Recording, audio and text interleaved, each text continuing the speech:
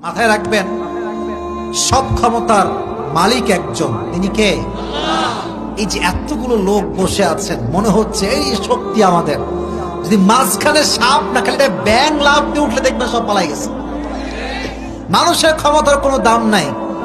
এই যে এত ক্ষমতা, এত দাপট আমাদের মন্ত্রীদের, যখন ডায়রিয়া হয় মন্ত্রী বোঝে ক্ষমতা কারে কয়। ঠিক আছে যুবক ভাইরা?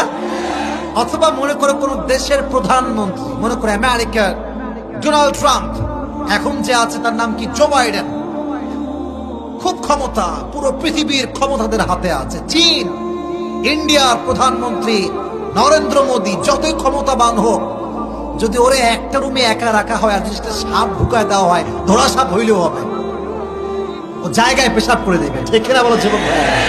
যত ক্ষমতাবান আমরা হই না কেন, মাথায় রাখতে হবে সব ক্ষমতার মালিক একজন, তিনি কে?